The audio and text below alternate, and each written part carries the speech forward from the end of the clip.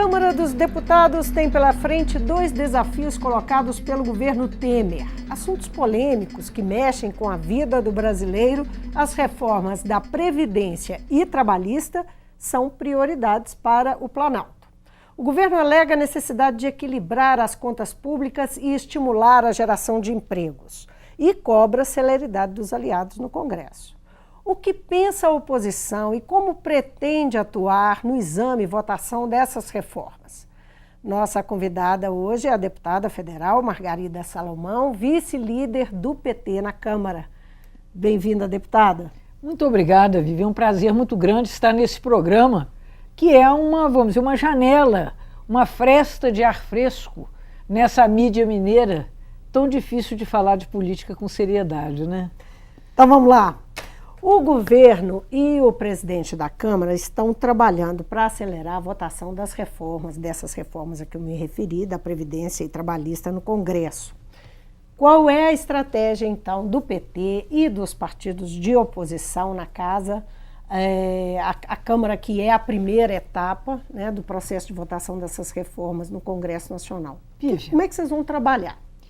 Exatamente fazendo o que eu estou fazendo aqui, denunciando essas reformas, esclarecendo a população sobre o seu conteúdo, para que as pessoas se mobilizem. É necessário entender que um governo como o governo Temer, que não tem legitimidade, é um governo sem voto, talvez por isso abrace essa pauta tão impopular. Mas tem uma base muito sólida, né, no Congresso. Mais ou menos. Nesse caso, por exemplo, é uma base muito esgarçada, porque você tem corporações poderosas, por exemplo, dos policiais civis, dos policiais militares, você tem a luta dos funcionários públicos, você tem a luta dos trabalhadores que encontram representações na Câmara, além dos partidos de oposição. O que eu acho que as pessoas precisam saber é que o que está sendo vendido como necessário é, na verdade, uma pataquada. O tal do rombo da Previdência é um rombo inexistente. Nós hoje o que temos é o orçamento da Seguridade Social. Seguridade Social envolve Previdência, Saúde e Assistência Social. Até 2015, esse orçamento era superavitário. O grande argumento que as pessoas usam, o governo tem usado, é que para daqui a 20 anos, 30 anos, 2060, a data-chave é 2060, em 2060 não vai ter dinheiro para pagar a Previdência. Então, na verdade, não se trata da nossa Previdência, trata-se da Previdência dos nossos filhos e netos. É disso que se trata. E são esses, inclusive, que vão entrar na dança. É preciso que os jovens estejam atentos, porque a conta vai estar para eles pagarem. E veja você, primeiro que, quando se fala desse rombo, os números são extraordinariamente imprecisos. Só desculpe, deputado, só para esclarecer, a senhora está dizendo que tem realmente uma conta para pagar em 2060? Não tem, não sabemos se tem, não sabemos, porque não temos a memória do cálculo. Toda essa discussão está sendo feita sem nenhuma transparência. O governo ora fala de um rombo que acontecerá nessa época de 17% do PIB. Aí o Meirelles, depois de uma outra entrevista, fala em 17,5% do PIB. 0,5% do PIB não é uma quantia insignificante. Aí, daí a dias, sai uma matéria no Valor Econômico falando de um rombo de 23%. Afinal de contas, que números são esses? Além disso, as predições até hoje feitas, elas são absurdamente imprecisas. Tem o anexo 4 da Lei Orçamentária Nacional. Por causa da Lei de Responsabilidade Fiscal, sempre o orçamento, ou estadual, ou municipal, ou nacional, tem um anexo 4 com as previsões sobre a receita e a despesa da Previdência. Você sabe, Vivian, qual é a margem de erro do que tem sido até agora? Porque eles vêm fazendo essa previsão desde 2005. Sabe qual é a margem de erro verificada? 50%. Você imagina uma pesquisa eleitoral que tivesse uma margem de erro de 50%? O presidente Michel Temer fala em falência do país. É claro. E ele não está ele tá pregando uma mentira. Fala essa semana, ele não está falando de 2060, não. Ele está falando de... Não, isso é outra coisa. Aí é porque a história é a seguinte: se nós fizermos esse dever de casa, que as grandes finanças internacionais esperam que nós façamos, se nós formos bem comportados, eles investiram e aprovar aqui. A reforma como o governo mandou.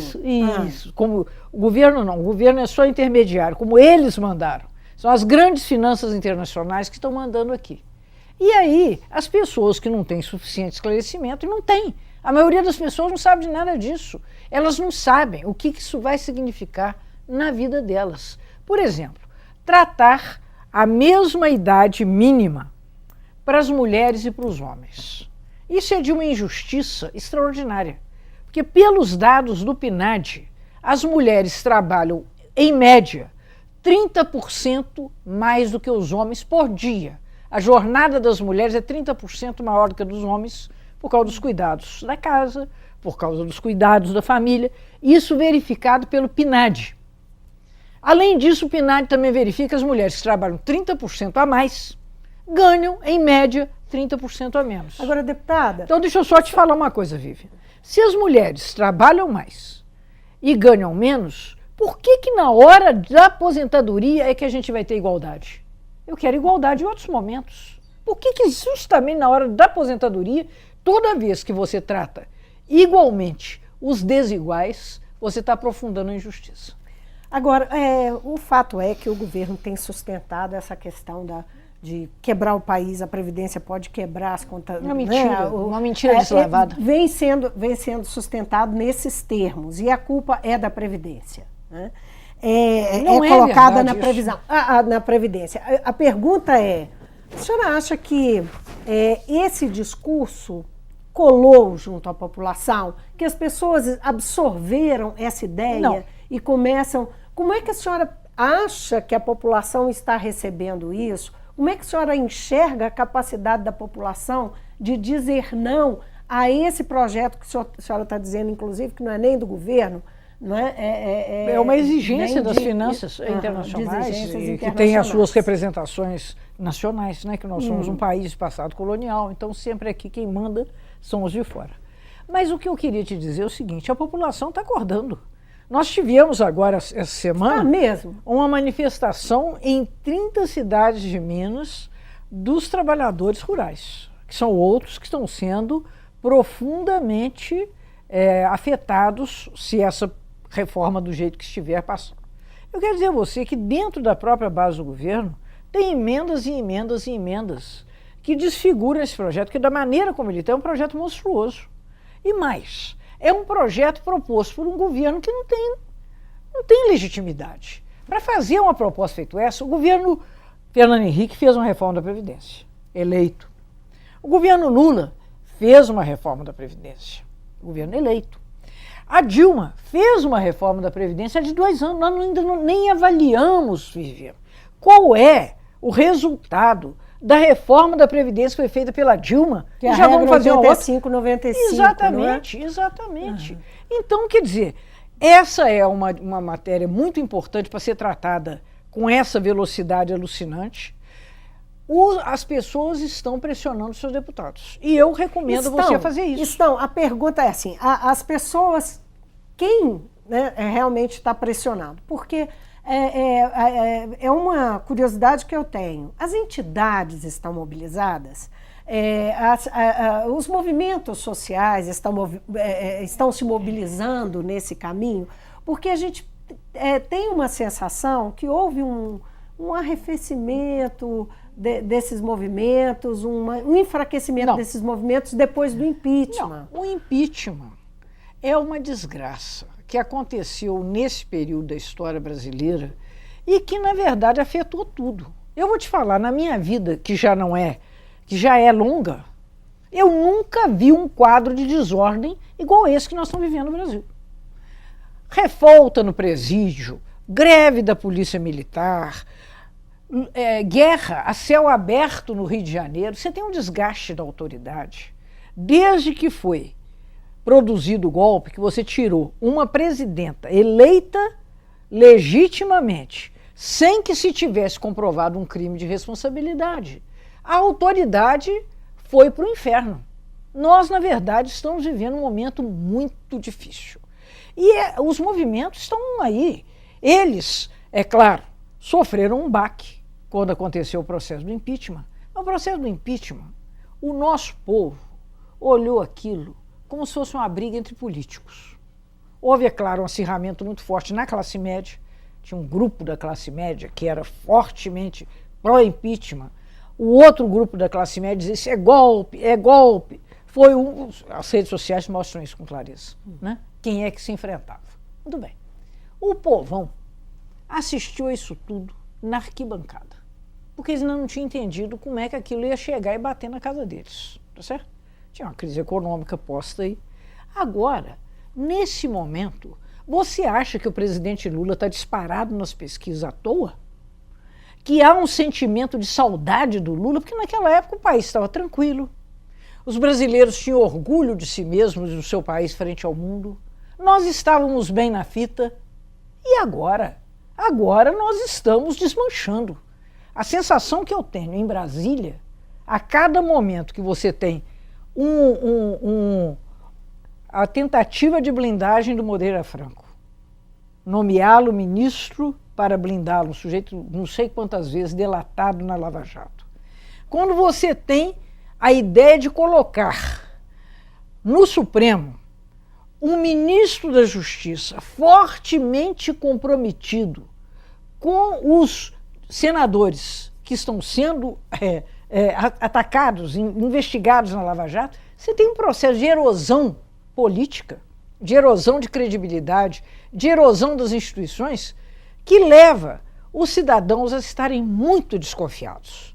Mas nesse momento, eles estão preocupados com a vida deles. E é justamente disso, essa que é a minha expectativa. Agora, a senhora falou da pressão sobre o deputado. Claro. Os deputados, eles estão... eu falei em base sólida e a senhora questionou. Eu não acho que haja base sólida. Senhora, de dentro lá da casa. Por que a senhora acha que não existe base sólida? Não, você teve Porque base... essa é uma ideia que a imprensa passa o tempo todo, que o governo Temer não tem sustentação popular, a última pesquisa que saiu mostrou isso, ele só tem 10% de aprovação, mas que ele tem uma base sólida no Congresso que vai permitir que ele continue governando, apesar da insatisfação popular. Olha, primeiro que uma das coisas que erodiu a base da Dilma no Congresso foram exatamente esses índices de impopularidade na pesquisa. Porque político nenhum quer segurar uma casa que está caindo. Essa é a primeira coisa. Você gosta de segurar casas vencedoras, né? Se você não tem viabilidade, por que você vai embarcar numa canoa que está furada? Esse é um ponto. O segundo ponto é que base sólida para votar a emenda constitucional 55, que foi aquela do teto dos gastos, tudo bem, porque ninguém entende ao certo o que era aquilo. Você tem a Clara Cucci, o MST, você tem a Marcha Mundial das Mulheres, você tem os setores mais os setores mais organizados, mas isso não bate no povão. Agora, você dizer para a pessoa que ela corre o risco de perder a pensão do marido, por quê? Agora, por essa lei, se você é aposentada, e aí o seu marido morre. Estou falando marido porque a maioria dos pensionistas são femininos, né? As mulheres vivem mais do que os homens. Então você é aposentada. Aí o seu marido morre. Você tem expectativa, então, de receber a sua aposentadoria e a pensão dele. Agora você vai ter que escolher. E isso é uma ladruagem, amigos e amigas. Por quê? Você contribuiu para a sua aposentadoria e o seu marido contribuiu para a pensão sua. Tá certo? Previdência não é uma graça. Previdência é um processo contributivo. O trabalhador contribui, o empregador contribui e o Estado contribui. Em países europeus, metade da conta é paga pelo governo. Nós aqui, como estamos num estado muito mais atrasado, o nosso estado de bem-estar social data da Constituição de 88. Direitos que eram usufruídos pelos estados capitalistas avançados, Estados Unidos, eram usufruídos metade do século XX, nós viemos a usufruir no fim do século XX e no início do século XXI. Agora, tem também a reforma trabalhista. Que é outra desgraça. A senhora acha que ela se encaixa nesse mesmo digamos, nesse mesmo nível, potencial nível de rejeição? Nesse mesmo saco de maldades. Que, olha só o que o governo... Mas a população vai reagir, porque aí, vamos dizer assim, a reforma da Previdência, ela atinge todos, não é? Agora, a reforma trabalhista, ela atinge quem trabalha. Quem tem a carteira assinada. Diretamente quem tem carteira assinada. Mas isso, veja você... E há argumentos, só agora, para provocar a nossa conversa, há argumentos como, por exemplo, a reforma trabalhista vai permitir uma flexibilização nas relações de trabalho que vai motivar a criação de empregos. Que coisa maravilhosa. Há argumentos que, digamos, podem sensibilizar. Olha, é muito difícil sensibilizar o trabalhador, porque o trabalhador sabe que a corda arrebenta sempre do lado mais fraco. Então, essa flexibilização, na verdade, o nome disso é precarização. É você ter 3 vínculos empregatícios e ganhar o mesmo que você ganhava quando tinha um só. O ministro do Trabalho, o deputado Ronaldo, chegou a dizer que com essa maravilhosa reforma do trabalho, poderíamos, por exemplo, ter jornadas de 12 horas ao dia, tá certo? Porque, na verdade, a ideia é a seguinte: o que for contratado prevalece sobre o que está na legislação. Essa reforma, na verdade, é o desmanche da CLT. Contratado, quando fala em contratado, está se referindo a um acordo entre patrão e empregado. Exatamente. Que pode ou não ser mediado por sindicatos. Exatamente. Mas aí o que você tem, pelo menos na condição de trabalho no Brasil, com o desemprego como está, como é que você vai imaginar que nesse momento você vai fazer alguma contratação que seja boa para você? Isso, de fato, significa diminuir o custo-trabalho. Mais uma vez, dar uma barretada ao capital financeiro, principalmente ao capital internacional. E com isso, vir com essa conversa de que mais investimentos serão feitos. Olha, essa crise que nós estamos vivendo hoje, essa crise fiscal, ela não é uma crise do lado da despesa. A Dilma já tinha feito cortes, a despesa vinha caindo. Sabe o que realmente caiu? A receita. Então você tem, por exemplo, se você parar de ganhar dinheiro e mantiver as suas despesas, você não vai ter, no fim do mês, um déficit? Vai. O déficit hoje que você tem resulta de várias coisas. Da diminuição da atividade econômica, sem dúvida, mas resulta também das desonerações que foram feitas no governo Dilma, eram propostas e aumentadas no Congresso, eram chamados jabutis. Você já ouviu falar em jabuti? Já. Jabuti, você sabe que não sobe em árvore. Mas de repente vem uma medida provisória e fica cheia de jabuti. Alguém botou o jabuti. Um sujeito especialista em colocação de jabutis é o atualmente preso Eduardo Cunha, o rei dos jabutis, que era exatamente a forma como ele chantageava as empresas ou fazia o que elas desejavam. Então hoje você tem uma crise econômica. Gente, eu não estou falando isso porque, vejam, não, essa é a sua posição política. Não, é a minha posição política, mas eu sou professora. Eu fui reitora da Universidade Federal de Juiz de Fora, sou pesquisadora. Então eu procuro embasar o que eu estou dizendo em, vamos dizer, enunciados científicos. Se você pegar o que estão escrevendo os professores titulares das faculdades de economia no Brasil, eles estão dizendo exatamente que nós estamos assim, amachadadas, porque a velocidade com que essas coisas estão sendo introduzidas é uma velocidade alarmante. Nós estamos fazendo profundas mudanças no regime econômico que prevalece no Brasil e que vai bater na vida das pessoas. Não são coisas abstratas, difíceis de entender, como o teto de gastos. É na sua vida que você vai sentir a dor. Só para encerrar essa etapa da nossa conversa, que depois eu queria fazer uma última pergunta para a senhora, mas eu queria saber o seguinte: objetivamente, a oposição está trabalhando, como a senhora justificou a sua fala aqui, dizendo, não, eu estou aqui fazendo exatamente isso, conscientizando as pessoas. Mas existe uma articulação ou não existe? A oposição Existe. está articulada, e articulada com quem? Fora e dentro do Congresso. Só para a gente fechar isso. Quem está fazendo esse debate são os sindicatos, as associações de trabalhadores, as associações profissionais, as associações científicas, os movimentos sociais, os movimentos das mulheres, os movimentos dos negros, os movimentos do sem terra. E vão chegar no Congresso? Eles vão chegar no Congresso? Sem dúvida, existem já... Porque a coisa realmente, como a senhora mesmo disse, está acelerada. Tá. Não é? Nós temos uma previsão que até maio as duas... isso aí é o ideal deles. As duas reformas... Né? É o ideal deles para agradar os seus patrões. As duas reformas já estariam ambas, o que você tem é o seguinte, ambas as comissões especiais estão instaladas e estão funcionando. Isso. Praticamente a única coisa que está funcionando no Congresso é isso.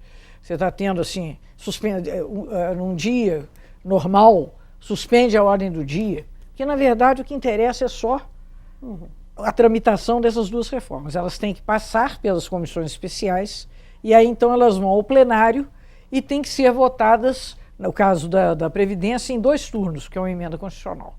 No caso da reforma trabalhista, não, que é um projeto de lei. Então basta passar, depois vai ao Senado. No caso da emenda constitucional da Previdência, tem que ser votado em 2 turnos na Câmara e depois ser votado em 2 turnos no Senado, com quórum qualificado. Não é uma coisa tão simples. As pessoas estão mobilizando, procurando seus deputados. Você, que é eleitor ou eleitora em Minas Gerais, procure o seu deputado. Ano que vem tem eleição. Só para a gente encerrar, não poderia deixar de me referir, essa semana o presidente Michel Temer sancionou a reforma do ensino médio. Uma reforma polêmica que levantou, inclusive, muita gente da academia contra. Eu queria saber, a senhora como educadora, o que pensa da reforma e os impactos que ela deve surtir sobre o sistema educacional e a vida das pessoas, dos estudantes, a médio prazo. A médio e a curto prazo, a reforma do ensino médio, essa que foi sancionada essa semana pelo governo Temer, é uma fraude. Claro que precisava e continua a precisar. Continuamos necessitando. Uma reforma importante no ensino médio. Por quê? Hoje o ensino médio é uma das áreas mais frágeis da educação brasileira. Porque você está lidando com meninos e meninas numa idade difícil, em que as pessoas estão muito convocadas por tantos aspectos da vida. E aquilo que é oferecido a eles é muito ruim mesmo. Tanto que os meninos não querem parar na escola. Metade dos meninos que entram, não, só metade dos meninos que ingressam no primeiro ano estão terminando no terceiro. Então é muito ruim mesmo. Mas o que não foi bom nessa reforma? Olha só, primeiro você não tem definição de financiamento, uma coisa que está sendo dita, até os órgãos de propaganda do governo estão pagando a youtubers para fazer o elogio dessa reforma. Não há, na verdade, é o que eu estou te falando, é uma fraude. Estabeleceram-se 5 trajetos, 5 itinerários. Então você entrou lá e você gosta de matemática. Então você vai poder estudar mais matemática do que, por exemplo, biologia. Ou mais matemática do que, por exemplo, história. Só que não há dinheiro para pagar isso. A própria lei não garante que os 5 trajetos sejam implementados. Então, se um sistema de ensino disser eu só tenho dinheiro para implementar um, então é mentira que você vai ter escolha. Você vai ter, de fato, uma falta de escolha. E aí, com uma banalização daquilo que está sendo oferecido no ensino médio, sabe o que nós precisávamos? De uma revolução pedagógica. Nós precisávamos de envolver os jovens naquilo em que eles estão, naquilo que eles estão estudando. Mudar o jeito de dar aula. Mudar o jeito. Essa é a coisa. Você conhece jovens como eu? Conheço. Não conhece? Conheço. Que não querem ir para a aula, porque a aula é chata demais. Então, se você os demandar, pedir a eles que contribuam, que participem, que interajam, hoje a vida é isso aqui, ó, todo mundo interagindo, todo mundo conectado. Entretanto, o que nós temos hoje e o que nós teremos, pelo que foi votado no Congresso, não contempla o embarque das tecnologias na educação. é uma reforma que nasce morta. Deputada, foi um prazer ter a senhora aqui no Mundo Político. Eu espero, Vivian, que numa outra ocasião eu possa falar sobre coisas mais bonitas e mais esperançosas. Nesse momento eu tive que fazer um discurso fortemente crítico, mas é porque o momento que nós estamos atravessando é muito difícil e é preciso que as pessoas atravessem com os olhos abertos. Muito obrigada pelo seu convite. Obrigada de novo. Eu conversei com a deputada Margarida Salomão, que é vice-líder do PT na Câmara. Nós falamos aqui das reformas que foram enviadas pelo governo Temer ao Congresso, que estão na Câmara, especificamente a reforma da Previdência e Trabalhista, como que a oposição vai atuar para, enfim, fazer frente a reformas que ela considera danosas à população.